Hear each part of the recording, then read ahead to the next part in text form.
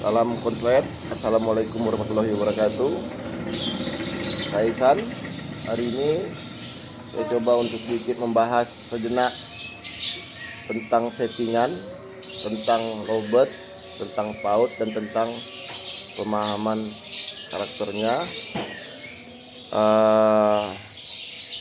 Kemarin saya nggak pergi lomba hari Minggu karena ada urusan keluarga. Jadi mungkin sore ini kita kembali lomba. Jadi menjelang lomba itu ada beberapa hal yang harus kita ketahui dalam men-setting, karena ini banyak pertanyaan teman-teman yang berkonsultasi, yang chat dan telepon masalah bagaimana menjadikan burung PAUD itu berdurasi. Settingan betina fighter bagaimana Om, saya punya kok main cuma sekali dan gembos. Ini sangat banyak pertanyaan yang sejenis ini yang masuk ke chat WA, Messenger, dan yang menghubungi saya. Jadi kembali kita bahas. Jadi abaikan dulu rambutnya. Ini masa murah. Ini ada yang nanya juga. Jadi gini, kenapa dahulu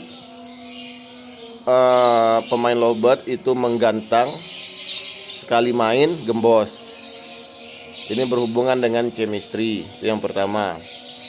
Kedua, yang banyak pertanyaan masuk itu, Om, apakah terah berpengaruh terhadap durasi pada lovebird? Terah durasi apakah menghasilkan anakan-anakan yang durasi? Kalaupun tidak, bagaimana cara untuk mengembalikan durasinya atau membuat dia menjadi berdurasi? Itu pertanyaan yang paling banyak saat ini. Yang ketiga, Om, PAUD saya ini di kelas PAUD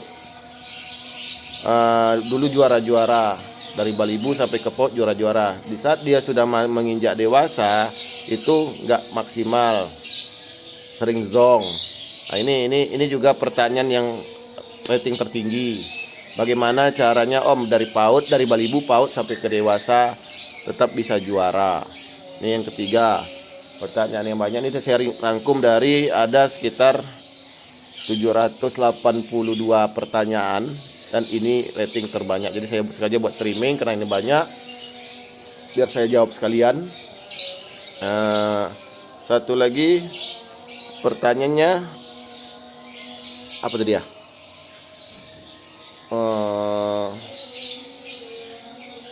Om, bagaimana membuat burung itu bisa juara berkali-kali karena burung kita sering gembos? Bagaimana men-setting betina padahal kondisi burung saya sama dengan punya teman, dengan perlakuan yang sama, tapi hasil punya saya kok tidak maksimal. Ini sering juga sudah saya bahas di grup. Jadi untuk hal-hal yang sudah sering saya bahas, saya minta teman-teman untuk sedikit lebih lebih aktif lah dalam mencari jawaban-jawaban itu, karena itu udah banyak di komentar-komentar di grup Lover Ajaran Sesat yang saya pahami. Yang terakhir paling banyak, Om, bagaimana mengatasi cabut bulu? Yang cabut bulu ini pun sudah banyak ini, karena burung saya kena dosis jadi cabut bulu segala macam. Ini sudah banyak ini saya buat, malah tidak hanya ini, di web pun ada, tidak hanya di grup. Beberapa kali liputan saya pun ada yang membahas masalah cabut bulu. Sudah saya sering juga berikan informasi tentang penanganannya. Semua itu tergantung teman-teman yang aktif untuk mencari lagi jawaban-jawaban yang pernah saya jawab selama ini. Jadi yang pertama yang akan saya jawab nanti lebih lengkap, lebih detail, nanti sampai ke praktek itu kan saya bawa ke grup Lover dan Ajaran Sesat. Yang pertama saya jawab itu masalah cabut bulu, karena ini masalah lama yang sampai sekarang pemula-pemula atau bahkan pemain lovebird itu banyak yang salah paham. Om, burung PAUD saya masih usia 2 bulan 3 bulan sudah cabut bulu, sudah gestang. Itu kenapa ya Om? Ini kalau kita nggak tahu sebab, kita tidak akan tahu mengkondisikannya, tidak akan kita temukan solusinya. Ini yang harus dipahami. Jadi jangan pikir burung masih usia 2 bulan 3 bulan itu tidak bisa cabut bulu. Burung usia 2-3 bulan sudah gestang tidak mungkin, itu pasti dewasa, semua bisa. Burung masih usia 2 bulan, 3 bulan sudah apa namanya? Sudah menunjukkan tingkah-tingkah dan pola tingkah laku dewasa, itu bisa. Jadi untuk menentukan PAUD itu seperti apa, menentukan balibu itu seperti apa, yang lebih detail, ini hati-hati nih pada juri-juri atau pada teman-teman yang mengadakan lomba. Jangan burung yang dewasa itu bisa masuk di PAUD, namun burung PAUD itu malah di apa namanya? Divonis itu dewasa. Karena banyak saya perhatikan di lapangan seperti itu. Kalau ada PAUD durasinya ada keluar 30 detikan up dan dianggap dewasa. Padahal enggak, itu tergantung pelatihan. Burung yang pendek-pendek dianggap PAUD walaupun badannya kecil. Karena kebanyakan juga burung dewasa itu berbodi kecil, tingkah-tingkahnya pun kayak PAUD, tapi bermain di tingkah-tingkah PAUD bermain di kelas PAUD itu banyak. Ini saya lagi memahami karakter, bagaimana menilai secara akurat. Apakah dari sayap, apakah dari bentuk paruh, apakah dari apanya. Nah, inilah keterampilan kita untuk menilai dan kejujuran para pemain untuk bermain. Ini yang harus diperhatikan lagi. Nah, jadi saya bahas dulu masalah cabut bulu. Cabut bulu itu ada 4 sebab. Ada 4 sebab cabut bulu pada lovebird. Yang pertama itu dikarenakan bulunya yang banyak bulu yang mati atau bulu yang gatal. Bulu yang gatal yang mati itu disebabkan oleh perawatan yang salah, lagi dijemur kencang, pulang-pulang dimandiin, atau pulang lomba dimandiin. Yang mana dijemur kencang atau pulang lomba itu pori-porinya terbuka karena suhu tubuhnya yang lagi tinggi, lagi naik.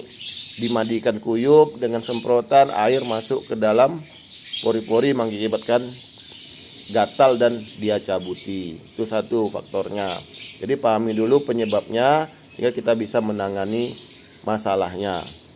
Yang kedua, cabut bulu itu bisa disebabkan oleh faktor birahi. Birahi hanya sebagai pemicu. Birahi sebagai pemicu. Birahi yang over tidak terlampiaskan, dia akan mulai bertingkah aneh. Salah satunya mencabuti bulunya atau menggigit kuku. Nah, itu birahi. Birahi yang tidak terlepaskan. Itu yang kedua.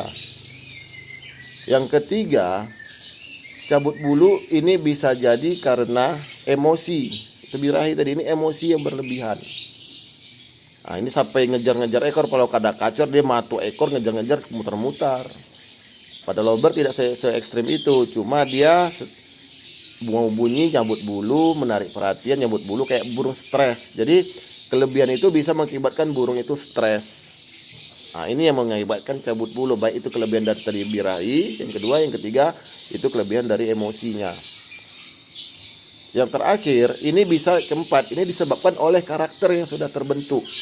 Jadi sebelumnya mungkin dia gatal, bulunya nggak sehat, emosinya berlebihan ataupun birahinya berlebihan, dia cabutin bulunya. Dia cabutin bulunya sehingga tidak lagi pun birahinya meningkat secara tinggi, tidak pun dia karena emosi ataupun bulunya pun sudah kembali bulu baru, dia tetap mencabuti. Kenapa? Sudah terbentuk karakter. Yang keempat ini karakternya sudah terbentuk. Kebiasaan yang sebelumnya tidak ditangani secara cepat menimbulkan kebiasaan yang menjadikan burung itu berkebiasaan cabut bulu. Kebiasaan dibentuk dari karakter dibentuk kebiasaan diulang-ulang. Jadi karakter cabut bulunya dibentuk dari kebiasaan-kebiasaan dahulu yang tidak pernah ditangani. Nah, jadi sudah jadi karakter. Yang kondisi yang keempat inilah solusi hanya dengan terapi. Terapi cabut bulu banyak caranya. Bisa dengan taruh karet gelang di leher sehingga dia mau cabut bulu tidak karet gelang yang diambil.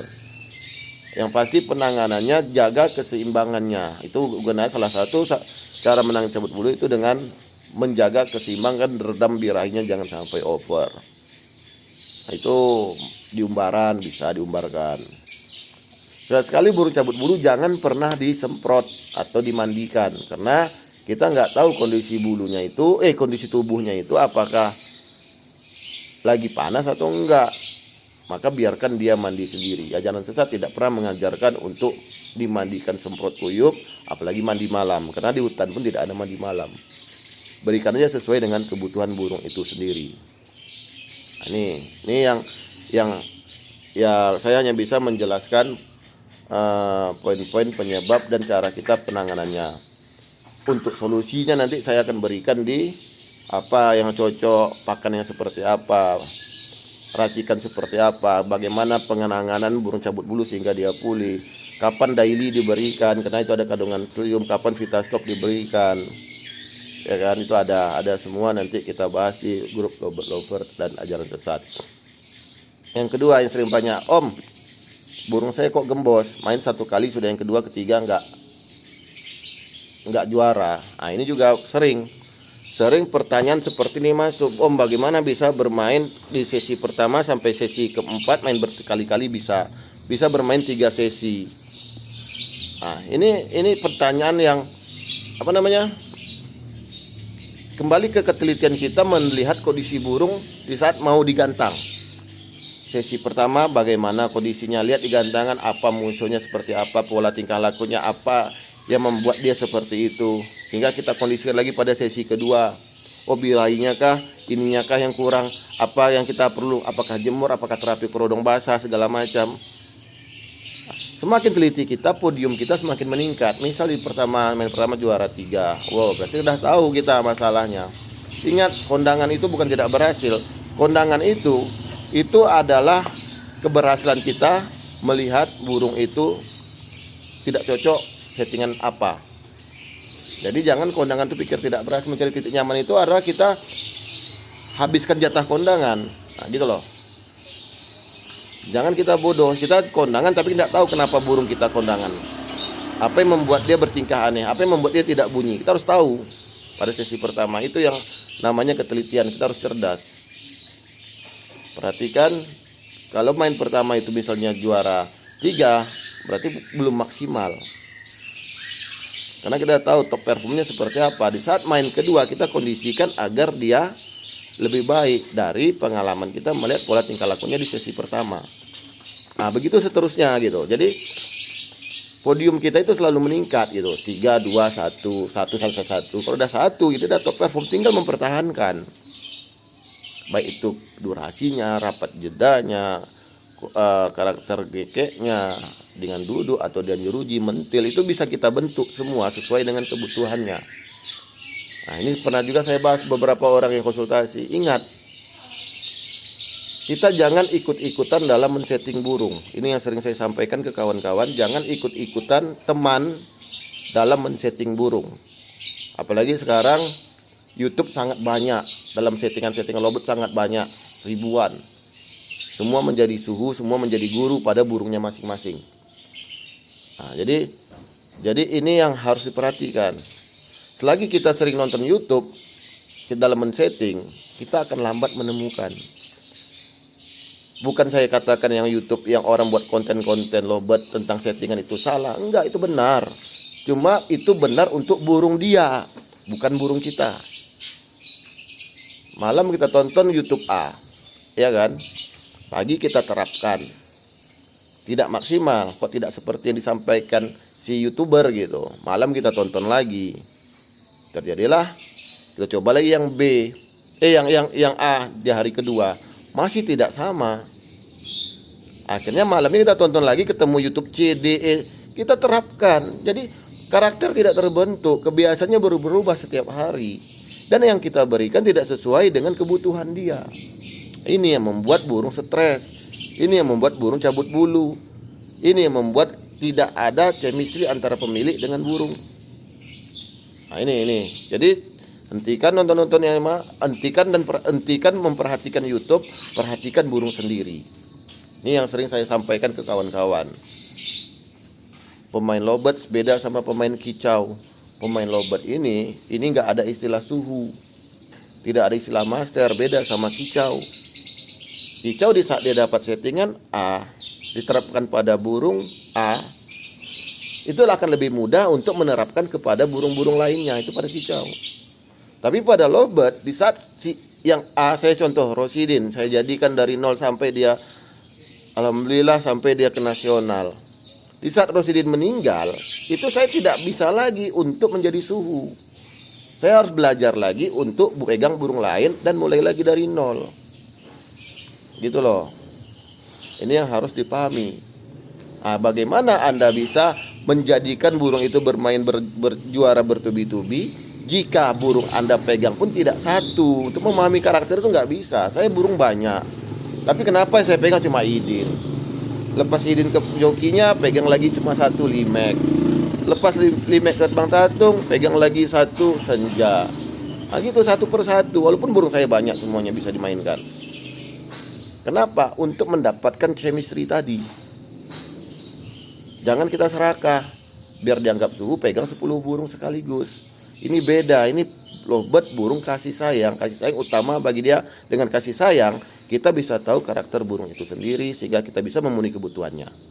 Kalau kita tidak dapat chemistry, gimana mau dapat mengetahui kebutuhannya? Nah, ini yang sering saya juga sampaikan ke kawan-kawan. Tolong perhatikan dalam hobi. Jangan kita ambisi, kita serakah mau dianggap suhu pegang 10 burung. Jangankan burung yang dari nol, burung jadi pun kita pegang kalau lebih dari 3-4 ekor, kita tidak bisa mengetahui karakter dan konsistennya, itu akan kembali lagi dia ngoek-ngoek. Burung konset pun kita pegang kalau kita tidak dapatkan chemistry-nya akan berulah. Karena yang kita setting ini makhluk hidup, bukan robot. Ini sering saya sampaikan juga kawan-kawan, jangan serakah. Banyak saya ditawari orang-orang untuk beli burung konset setengah jadi. Saya tidak suka. Saya suka burung seperti itu. Cuma lebih dapat feel saya untuk saya mulai dari nol, menjadikannya sendiri, sehingga terjadi apa-apa saya lebih bisa mengkondisikannya. Nah ini, itulah namanya hobi, bukan ambisi. Ini yang terakhir yang pertanyaannya, Om Ihsan, bagaimana biar burung itu bisa bertubi-tubi? Itu tadi saya bisa dapatkan. Nah, kenapa bisa gembos? Main pertama, keduanya gembos. Ini yang istilah gembos, ini istilah lama yang gimana? Yang settingannya sangat bergantung dengan alam. Nah, istilah gembos ini adalah settingan lama yang settingannya tergantung dengan alam. Biasanya pada burung fighter. Nah, dasar inilah yang saya pelajari dan saya bentuk ke dalam bentuk racikan. Jadi saya bukan penjual pakan, tapi saya mencoba menguji menciptakan beberapa racikan yang menggantikan fungsi dari perawatan. Jadi jangan bilang Ihsan itu penjual pakan, pakai pakan Om Ihsan H-3, berarti pikir orang 3 hari jelang gantang pakai pakan Om Ihsan. Itu burung yang ada melintir kalau tidak tahu kita kebutuhannya. Jadi setiap racikan saya buat itu ada fungsi masing-masing yang menggantikan kebutuhan dalam perawatan. Maka saya bilang, ajaran saya tidak merawat, tapi dilatih. Dilatih apa? Dilatih untuk mengikuti keinginan kita setelah memenuhi kebutuhan dia. Jadi penuhi dulu kebutuhannya, baru dia akan berbalas jasa gitu. Namanya burung lovebird, burung kasih sayang. Kita kasih dulu baru dia sayang sama kita. Itu kebanyakan sekarang orang men-setting itu tidak tahu apa yang dia lakukan. Bahkan dia pun tidak tahu fungsi dari racikan atau pakan yang dia buat, bahkan dia jual. Ini yang saya melihat banyak penyesatan terjadi di lapangan, di kondisi masyarakat sekarang. Nah ini banyak teman-teman yang tidak paham. Pagi apa settingannya Om? Gimana ngerawatnya? Pagi jemur, sore jemur Om. Nanti embunkan, nanti ini. Itu rutin. Nah ini pemain settingan lama. Settingan lama inilah yang membuat kita sesat. Kalau kita tidak tahu fungsinya. Kalau kita tidak tahu fungsinya, ini membuat kita sesat. Nah ini teman-teman yang nyimak perhatikan.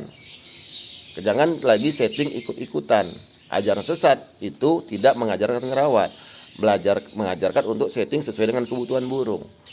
Dan ini juga yang membuat burung sering gembos, karena kita tidak paham fungsi dari rawatan yang kita lakukan.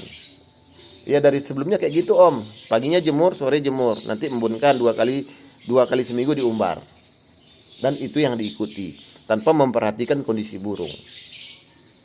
Kenapa dia seperti itu? Karena dia tidak tahu fungsi dari masing-masing apa yang dia lakukan. Jemur pagi itu fungsinya, efeknya kepada burung itu adalah mengangkat birahi. Jam berapa? Jam 8 sampai dengan jam 10. Kenapa? Ada kandungan ultraviolet, vitamin D, E, dan K. Infrared ultraviolet lurus yang tinggi, yang kencang itu di jam 11. Itu hanya 10 menit, jam 11 kurang 5 sampai jam 11 lewat 5. Makanya jemur itu nggak perlu lama kalau hanya untuk mengangkat birahi. Jemur sore lewat jam 2, ultraviolet sudah nggak ada, vitamin D, E, K-nya sudah berkurang. Yang terjadi apa? Panas. Bahkan fungsi dari jemur sore itu adalah mengangkat fighter. Pagi dijemur, sore dijemur itu untuk mengangkat birahi dan fighter. Itu fungsinya. Makanya burung kita lagi birahi, kita jemur pagi ya akan makin aut-autan. Burung kita lagi emosi tinggi, kita jemur sore makin aut-autan. Jadi ini harus dipahami, fungsi dari perlakuan sebelumnya itu mempengaruhi settingan dan kondisi kita nanti pas jelang gantang. Om Ihsan, perlu jemur nggak? Kapan dijemur? Om perlu mandi nggak? Perlu umbar nggak? Semua itu tidak perlu. Kalau saya sendiri, pagi dijemur itu kalau saya bangun cepat. Jemur pagi sesuai itu penting untuk apa? Untuk kesehatannya. Apalagi kondisi sekarang ini banyak virus. Kita yang manusia aja disarankan untuk berjemur. Karena dengan ultraviolet itu bisa membunuh virus. Makanya jemurnya pagi. Jadi jemur pagi itu fungsinya adalah mengangkat birahi. Jemur sore itu fungsinya mengangkat fighter. Jangan lagi kita jemur sore, jemur pagi tapi nggak tahu kondisi burung. Perlakuan itu diulang-ulang dahulu tuh lewatan lama. Pagi jemur, sore jemur. Nanti diembun-embunkan. Pengembunan dia gacor.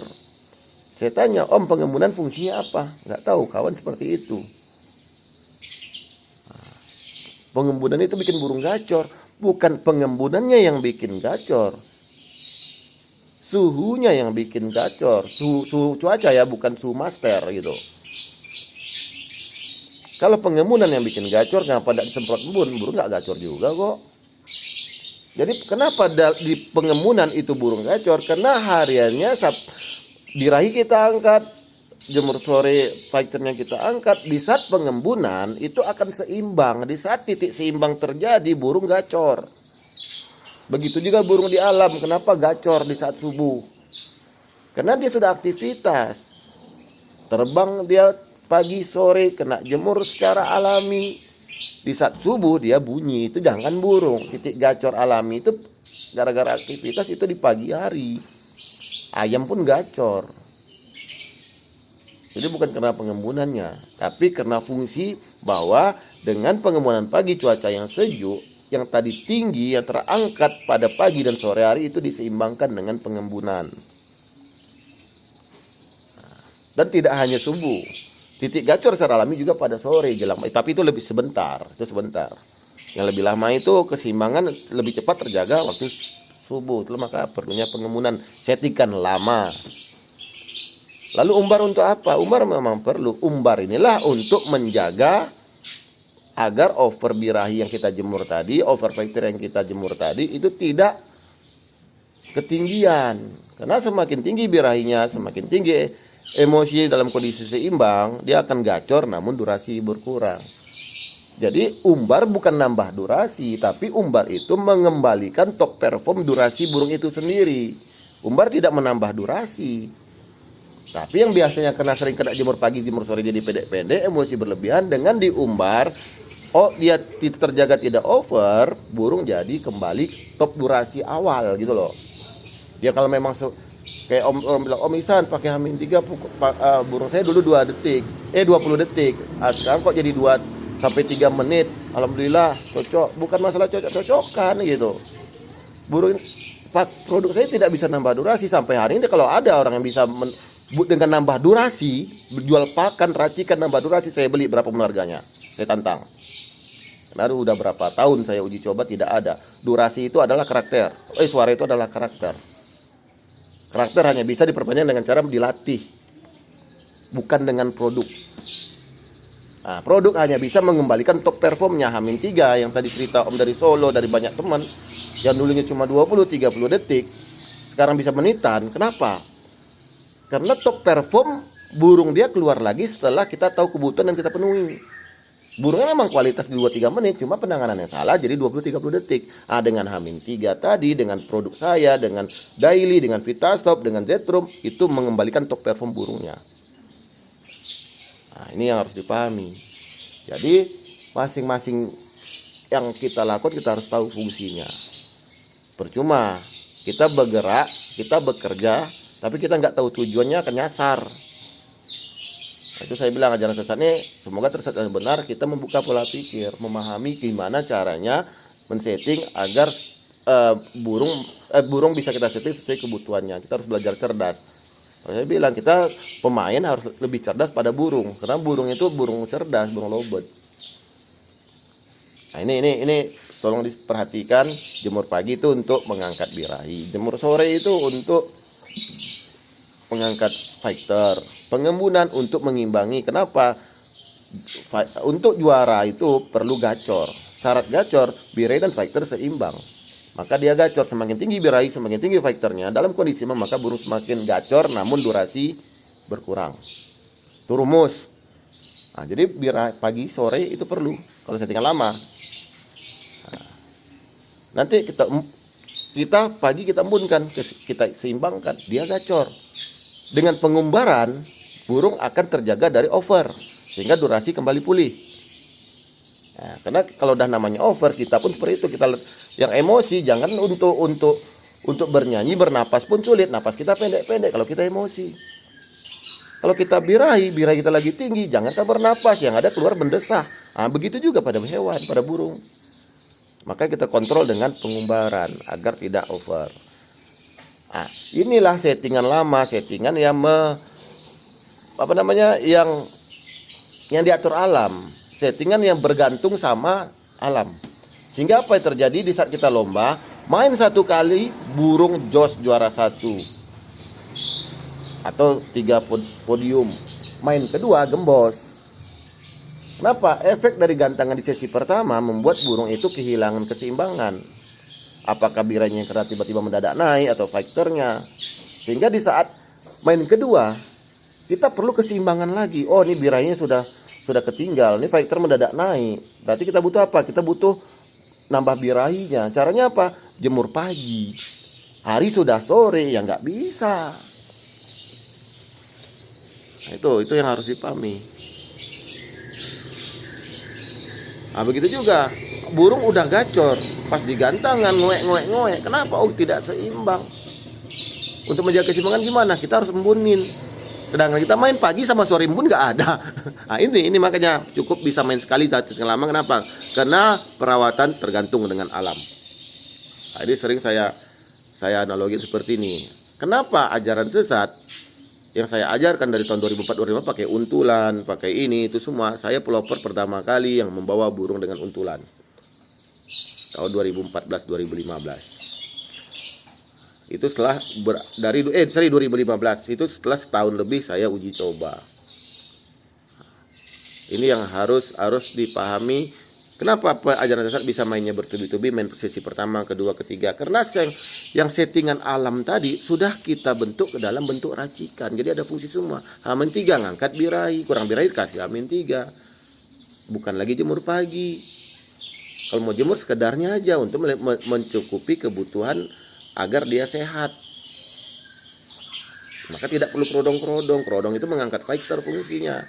Kita kurang fighter, kita kasih Zetrum.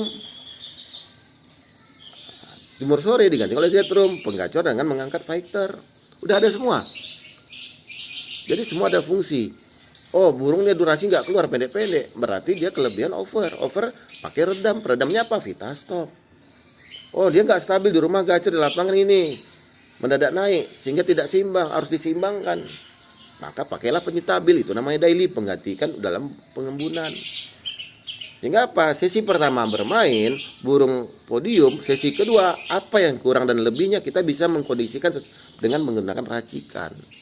Nah, itu yang kita lakukan. Maka saya sering bilang, Om, kalau pesan cuma H-3 nanti Om kewalahan. Kalau cuma pesannya Vitasop, kewalahan. Dan ini satu komplit yang kita setting robot. Hari ini mungkin birahinya kurang, besok faktornya yang kurang, besok terlalu over sehingga butuhnya peredam. Nah, ini udah cukup semua, cuma nggak seimbang, perlunya penstabil.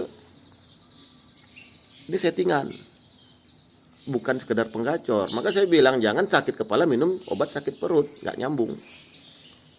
Nah, inilah ini. Maka Om masih banyak nanya rawatan, paginya bagaimana, jemurnya seperti apa, itu nggak ada semua. Kita orang sibuk. Jadi kita hanya tahu kondisi burung jelang gantang, cukup kan, udah gantang berangkat. Saya pun kadang lebih sering membersihkannya di lapangan, pergi pun sering terlambat.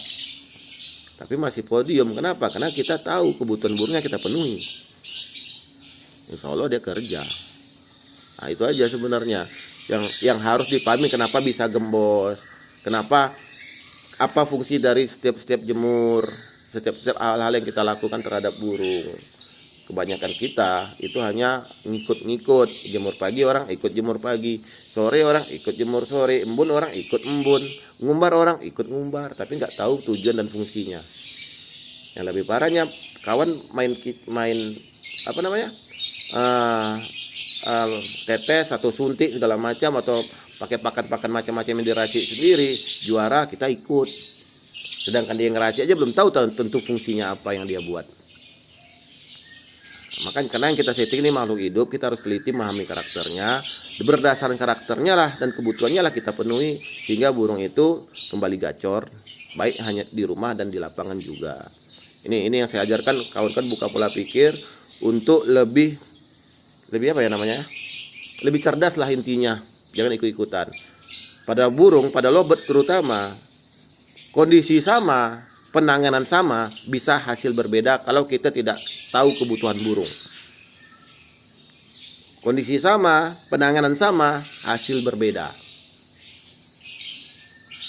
Nah, tuh, contoh, ada teman yang nelpon nih, konsultasi, Om Ihsan, burung saya dan burung teman saya itu sama kondisinya. Burung teman saya jantan gestang, sudah garuk-garuk sambil ngeluarin suara birahi. Dia berikan betina, ini solusinya, dia berikan betina. Burungnya sekarang enak Om, jedanya rapat, petal dicabut sudah langsung konslet, cuma digantangan belum jalan, tinggal cari titik nyaman loh Om tadi. Nih, dia belajar dari temannya dengan kondisi perlakuan temannya tadi, dia ikut sertakan. Nah, tapi Om, burung saya kondisi sama, gestang, jantan, dan sudah garuk-garuk keluarkan birahi bunyi. Saya kasih betina, saya kasih pasangan, kok sekarang malah ganas Om. Yang tadinya masih ada bunyi, sekarang malah sama sekali nggak bunyi, masuk tangan dia ngejar. Emosinya luar biasa Om. Bagaimana penanganannya Om? Kok bisa seperti itu? Di mana kekeliruan saya? Kondisi sama, penanganan sama, hasil berbeda. Yang kita setting ini makhluk hidup. Ini saya bilang, jawabannya kalau Om tidak tahu, tidak dapat chemistry, Om tidak dapat solusi. Ini saya analogikan ke Om, teman Om lagi birahi, diberikan wanita. Wanita itu dia sukai dan dia tertarik. Namun wanita ini masih jual-jual mahal. Yang terjadi apa? Teman Om tadi birahinya naik, tapi birahi ngerayu, yang mengeluarkan bunyi. Dia berusaha untuk ngombalin, dia berusaha minta nomor WA untuk kenalan, bahkan agar tertarik lagi dia minta hanya nomor WA, tapi dia minta nomor rekening. Ini yang membuat gacor. Dan dia memperbaiki dirinya, penampilannya diperbaikinya, suaranya diperindah, dia ngomong dengan lembut, maka birahi ngerayu itu suaranya tipis, tapi mengeluarkan bunyi. Gimana biar suara tebas? Kita harus tambahkan, seimbangkan dengan fighter. Fighter juga ada fighternya untuk merasa berkuasa, menguasai, berkoar-koar, dengan fighter yang untuk berantem. Nah, itu nanti kita bahas di Rob Lover Hajaran Sesat lah.